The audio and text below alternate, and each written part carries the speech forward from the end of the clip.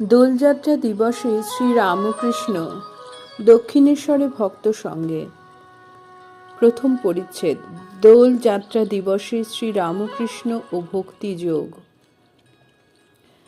আজ দোলযাত্রা, শ্রী শ্রী মহাপ্রভুর জন্মদিন 19শে ফাল্গুন, পূর্ণিমা, রবিবার 1 মার্চ 1855। শ্রীরামকৃষ্ণ ঘরের মধ্যে ছোট খাটটিতে বসিয়া সমাধিস্থ।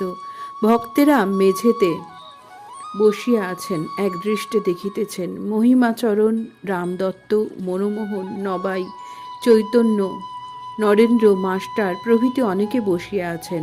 ভক্তেরা একদৃষ্টে দেখিতেছেন। সমাধি ভঙ্গ হইল, ভাবের পূর্ণ মাত্রা। ঠাকুর মহিমাচরণকে বলিতেছেন, বাবু, হরিভক্তির কথা।